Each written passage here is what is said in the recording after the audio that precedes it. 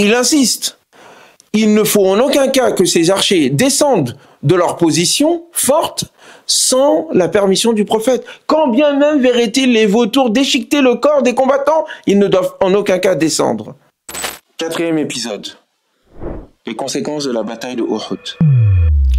Que la paix soit sur vous. C'est un moment extrêmement difficile que nous vivons avec le prophète, sur lui la paix et ses compagnons. La bataille de Uhud a des conséquences extrêmement graves. Et il s'agit pour nous de les méditer et de les comprendre. Tout d'abord, il s'agit de lutter contre la défaite, le désespoir, qui pourrait gagner le cœur de celles et ceux qui ont vécu cette défaite cuisante. Il est question d'abord de démontrer et de montrer que Médine ne se laissera pas faire. Le lendemain, après la défaite cuisante et difficile vécue par les musulmans, le prophète décide de rassembler celles et ceux qui ont survécu à la bataille. Et juste que eux. Et il s'agit de les rassembler et de partir à la poursuite des ennemis qui étaient en chemin vers la Mecque. Pour quelle raison? Il s'agit de démontrer à Quraysh qu'elle n'a pas intérêt à changer d'avis quant à sa décision de partir vers la Mecque et de continuer le chemin. Il se peut qu'il décide de rebrousser chemin et de revenir vers Médine et d'attaquer Médine. Et ces discussions commençaient déjà à poindre et à avoir lieu au sein du camp des Qurayshites. Certains disaient qu'ils n'ont pas vraiment atteint leur objectif. Mohammed est toujours vivant, les musulmans sont toujours à la tête de Médine. Il est donc temps de retourner et d'en finir immédiatement une bonne fois pour toutes avec cette menace. Alors, le prophète sur lui la paix prend l'initiative. N'attend pas que les Qurayshites attendent, reviennent et changent d'avis. Il part à leur poursuite. Ils sont à un jour seulement de Médine. Les compagnons sont blessés, sont fatigués, sont épuisés. Mais ils prennent leur courage à deux mains. Ils savent que Dieu est avec eux et que la victoire appartient aux persévérants, aux patients. Ils partent donc à la poursuite. Et à la poursuite des Qurayshites, et durant la nuit, le prophète leur ordonne d'allumer des feux de camp, nombreux, afin qu'ils puissent croire que des renforts étaient venus entre-temps et avaient renforcé les forces militaires de Médine et que cette fois-ci, ils étaient prêts à les combattre. Le prophète sur lui la paix usa aussi d'un autre subterfuge. Un membre de la tribu des Juhani, qui était proche du prophète sur lui la paix, était venu les voir et le prophète sur lui la paix lui demanda de partir faire un tour du côté des Qurayshites et de leur raconter ce qu'il a vu. Celui-ci s'en alla, rejoignit les Qurayshites et Abu Sufyan lui demande « Qu'est-ce que tu as laissé derrière toi ?» Il dit « Écoute, j'ai laissé des musulmans énervés, ils se sont rassemblés, les personnes qui se sont détournées, qui avaient abandonné le prophète Mohammed, les 300 personnes qui avaient suivi Abdullah ibn Saloul, ont regretté, ont décidé de revenir, de renforcer l'armée du prophète. Médine tout entière est mobilisée contre vous, ils veulent votre peau. Je vous conseille de vous dépêcher. » L'image des feux nombreux, plus l'information donnée, fausse, donnée par, ou légèrement exagérée, donnée par ce bédouin, eh bien, avait suffi pour que les Quraysh se convainquent de partir, et même de se dépêcher avant que Médine, avant que les musulmans ne les rejoignent et n'engagent le combat contre eux. Ainsi, le prophète a pu, malgré la défaite, a pu faire en sorte que Quraysh n'ait pas une victoire stratégique décisive. Effectivement, beaucoup de personnes sont mortes. 70 personnes parmi les meilleurs compagnons du prophète sur lui la paix. Une situation extrêmement difficile. Le prophète lui-même a failli être tué. Et une situation difficile allait l'être de cette défaite politique et militaire. Mais rien de sérieux quant à l'entité de la communauté, quant à l'entité politique Médine et quant à la communauté musulmane, rien de sérieux n'a été atteint de la part de leurs adversaires et de leurs ennemis. Donc, l'islam était sauf. Et le fait que le prophète sur lui la paix ait pris ces décisions, malgré la difficulté, malgré la douleur, de montrer leur courage, de montrer qu'ils sont déterminés, et que ce n'est pas cette défaite de Uhud qui allait casser leur détermination à continuer le combat, cette décision fut heureuse et a sauvé Médine. Mais la blessure était quand même intense. Et la situation était des plus instables. Les différentes tribus alentours, notamment les Ratafin, les Banu Sulaym et d'autres, qui n'étaient pas entrés dans l'alliance du prophète sur lui la paix qu'il avait établie à sa venue à Médine, et qui étaient donc ses ennemis, et qui étaient plus proches de Quraysh que de Médine. Eh bien, ces derniers, bédouins, tribus nombreuses, eh bien, ont commencé à comploter contre Médine. Des décisions de leur part furent prises pour aller attaquer les marchandises et les marchands de Médine, venir aux alentours des banlieues de Médine et prendre leurs biens. La situation était compliquée. Ils vivaient une situation d'insécurité.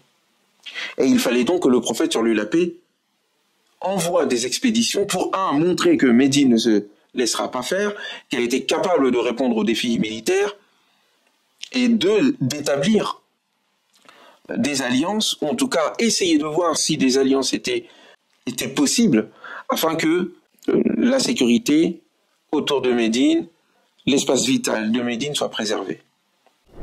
Deux événements vont venir assombrir la situation chez les musulmans.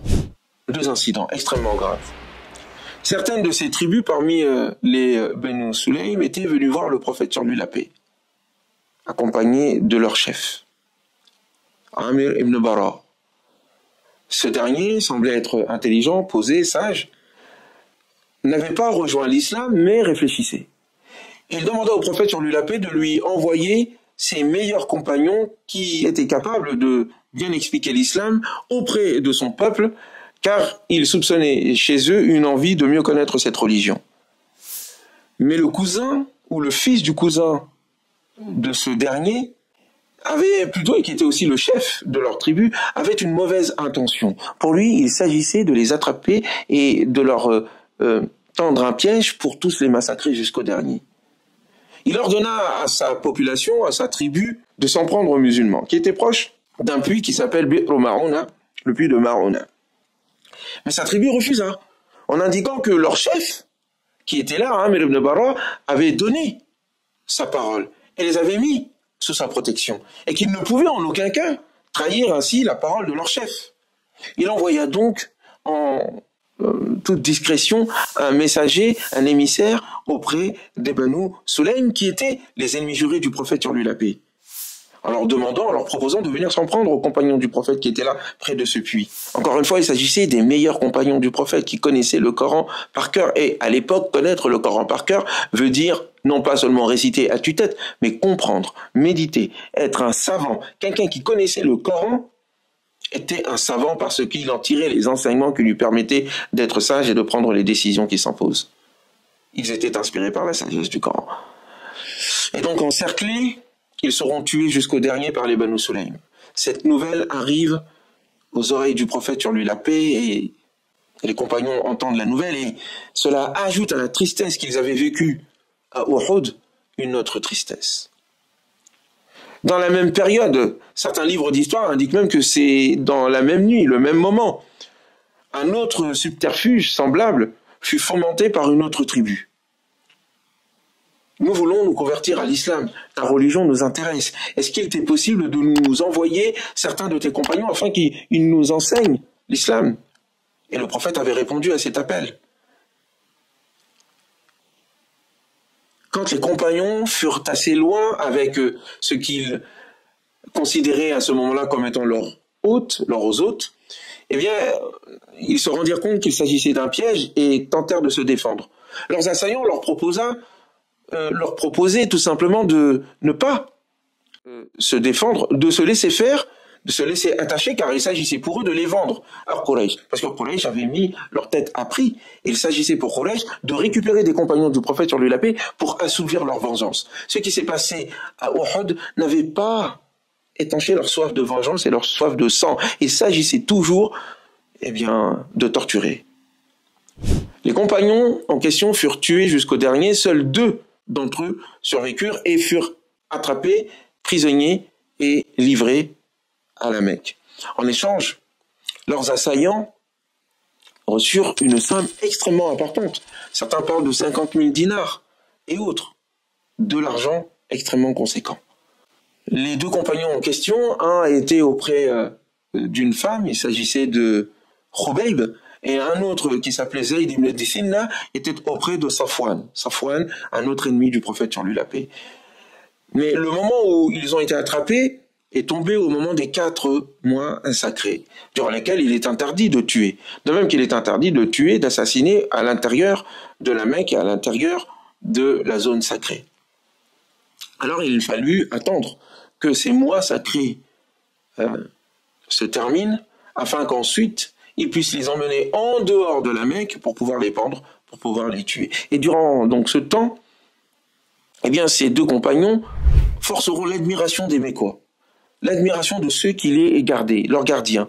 Ils ne voyaient chez eux que courage, que sérénité, que prière, que bonté et que gentillesse.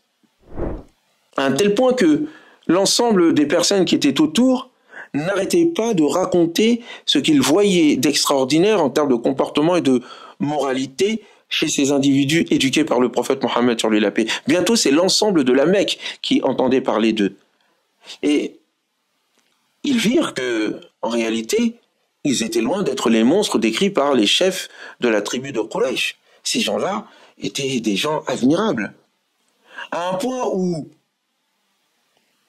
un jour, Khubayb avait demandé à la femme qui le gardait, la femme au sein de la famille qui le gardait, de le prévenir si la date de son exécution approchait.